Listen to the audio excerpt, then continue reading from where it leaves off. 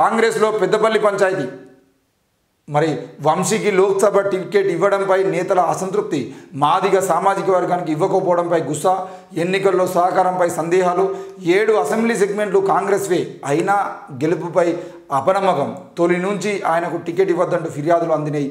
మరి ఏఐసిసి ఖరారు చేయడంతో తిరకాసు. కాంగ్రెస్ పార్టీలో పెద్దపల్లి ఎంపీ అభ్యర్థి ఎంపిక విషయంలో దుమారం రేగుతున్నది. తమ అభిప్రాయాలకు భిన్నంగా గడ్డం వంశీకి టికెట్ ఇవ్వడంపై ఎమ్మెల్యేలతో పాటు నేతలు అధిష్టానంపై అసంతృప్తి వ్యక్తం చేస్తున్నారు. స్థానికంగా పెద్ద సంఖ్యలో ఉన్న మాదిగలకు టికెట్ ఇవ్వకపోవడంపై గుర్రుగా ఉన్నట్టు సమాచారం. దీంతో పార్టీ అభ్యర్థి గెలుపు కోసం ఎమ్మెల్యేలు సహకరిస్తారా లేదా అనే అనుమానాలు వ్యక్తమవుతున్నాయి. మరి ఏది ఏమైనా కాంగ్రెస్లో మాదిగలకు సంబంధించిన విషయంలో Congress party 3 SC reserved constitution ఉండగా అందులో రెండు అయితే ఇప్పటికే మాలలకు ప్రకటించింది. మరి ఉన్న వరంగల్ టికెట్ మాదిగలకు ఇస్తుందా లేదా అనేది ఒకటి అంశం.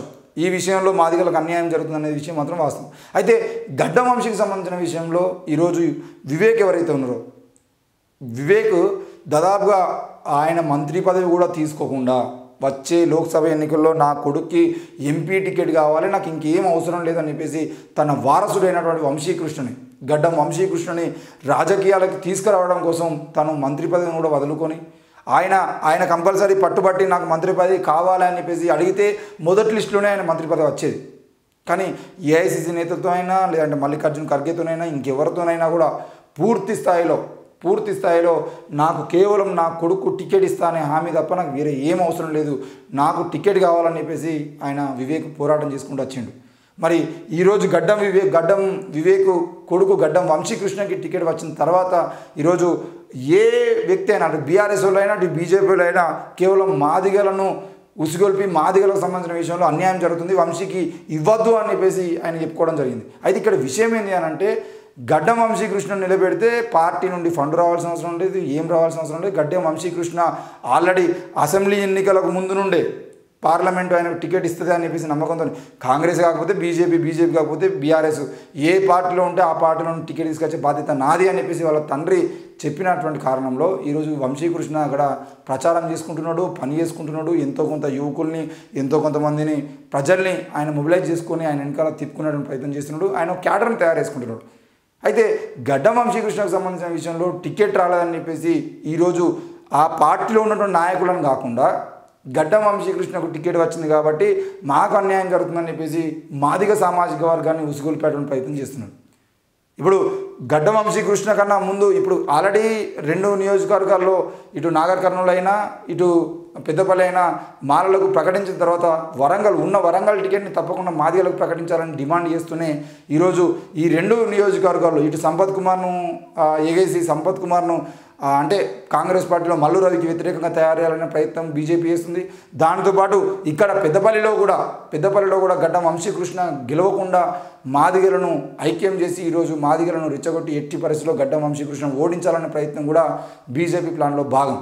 ఎందుకు అనంటే అక్కడ ఉన్నటువంటి విషయాల్లో ఈరోజు బీజేపీ 3 టికెట్లు ఉన్నాయి. మరి 3 టికెట్లు మాదిగలకు ప్రకటించిందా లేదంటే బీఆర్ఎస్ ప్రకటిస్తుందా, అసలు ఏ పార్టీ ఎన్ని ప్రకటిస్తుంది? ఎస్సీ రిజర్వ్డ్ కాన్స్టిట్యూషన్లో ఎస్సీలకు సంబంధించిన విషయంలో ఎంతో కొంత వాళ్ళకు మాత్రమే టికెట్లు ఇవ్వాలని ఉన్నప్పటికీ ఇక్కడ మాదిగ అనే 2 సబ్ క్యాస్ట్లను తీసుకొచ్చి ముందు పెట్టి 59 కులాలు ఉన్నటువంటి వాటిల్లో ఈ 2 కులాలను ముందు పెట్టి మరి మిగతా 57 కులాలను వీళ్ళు మొత్తం మర్చిపోతూ ఉన్నారు. మరి ఈ 57 కులాల పరిస్థితి ఏంది? 57 కులాల నుండి ఎవరినో ఒకరిని తీసుకొచ్చి పెట్టచ్చు కదా అంటే అదేం లేదు. ఇప్పటికీ ఆ మాదిగలకు సంబంధించిన విషయంలో మాత్రం అన్యాయం జరిగిందని చెప్పి చెప్తున్నారు. మాదిగలకు అన్యాయం జరిగింది వాస్తవమే. 3 సీట్లలో కనీసం ఇప్పటికీ 2 సీట్లు మాదిగలకు ఇచ్చి 1 సీటు మాలలకు ఇవ్వాలని చెప్పేసి డిమాండ్ ఉంది. పోతేపోని మాలలకు 2 సీట్లు ఇచ్చినప్పటికీ 1 సీట్ అన్న మాదిగలకు ఇవ్వాలి కదా, మరి మాదిగలకు ఎందుకు ప్రకటించట్లేదు అని చెప్పేసి కాంగ్రెస్ మీద దుమ్మెత్తిపోయడం అనే వరకు అది వాస్తవమే. కానీ ఇక్కడ పెద్దపల్లికి సంబంధించిన విషయంలో మాత్రం పెద్దపల్లిలో జరిగినటువంటి రాజకీయ పరిణామాలన్నీ కూడా వివేక్ మంత్రి పదవి తీసుకోకుండా కొడుకు టికెట్ కోసమే ప్రయత్నం చేసిండు. ఏది ఏమైనా కూడా ఈరోజు కాంగ్రెస్ పార్టీ నుండి నిలబడుతున్నటువంటి గడ్డం వంశీకృష్ణ గెలుపు కోసం అక్కడ వివేక్ పనిచేస్తాడు, వివేక్తో పాటు వంశీకృష్ణ పనిచేస్తాడు. వీళ్ళిద్దరికీ కావాల్సిన ఖర్చు మొత్తాన్ని వివేక్ ఒక్కడు తన సొంతంగా పెట్టుకుంటాడు. అవసరమైతే తన కొడుకు టికెట్ వచ్చేదంటే ఆ పెద్దపల్లి నియోజకవర్గంతో పాటు మరొక నియోజకవర్గాన్ని కూడా నేనే దగ్గరుండి అన్నీ చూసుకొని గెలిపించుకునే ప్రయత్నం చేస్తాననే హామీని కూడా ఏఐసిసికి గడ్డం వివేక్ ఇచ్చినట్టు సమాచారం. అంటే ఇప్పుడు పెద్దపల్లి నియోజకవర్గం కాకుండా అవసరమైతే కరీంనగర్ నియోజకవర్గమైనా లేదంటే అటు ఆదిలాబాద్ నియోజకవర్గమైనా ఏదో ఒక నియోజకవర్గానికి నేనే ఫండింగ్ ఇచ్చి నేనే దగ్గరుండి చేయించుకొని గెలిపించుకుంటా అనే హామీని కూడా ఎందుకు ఇచ్చినానంటే తన వారసుడైనటువంటి వివేక్ని ఈరోజు బయటికి తీసుకొచ్చి రాజకీయాల్లో దింపుతున్నాడు. కాబట్టి మొదటిసారి ఫెయిల్ అయితే బాగుండదు, మొదటిసారి సక్సెస్ అయితే ఆయన సక్సెస్ స్టోరీస్ రాసుకోవచ్చు అని చెప్పేసి ఈరోజు వివేక్ పెద్ద ఎత్తున పెద్దపల్లిలో మొబిలైజ్ చేస్తూ ఉన్నాడు. కాబట్టి ఈ క్రమంలో గడ్డం వంశీకృష్ణ టికెట్ అనేది మాత్రం క్లియర్గా అక్కడ గెలవడం కోసం వాళ్ళు ఏఐసిసి ముందుకు పోయింది.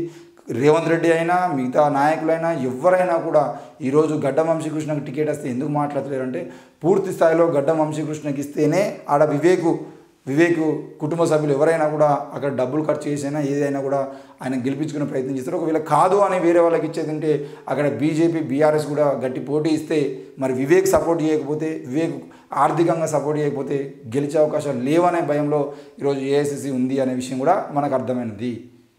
అందుకే ఈయన టికెట్ కోసమే వివేక్ ఇన్ని రోజుల పాటు మంత్రి పదవి తీసుకోకుండా ఆగిండనేది కూడా మనం అర్థం చేసుకోవాలి.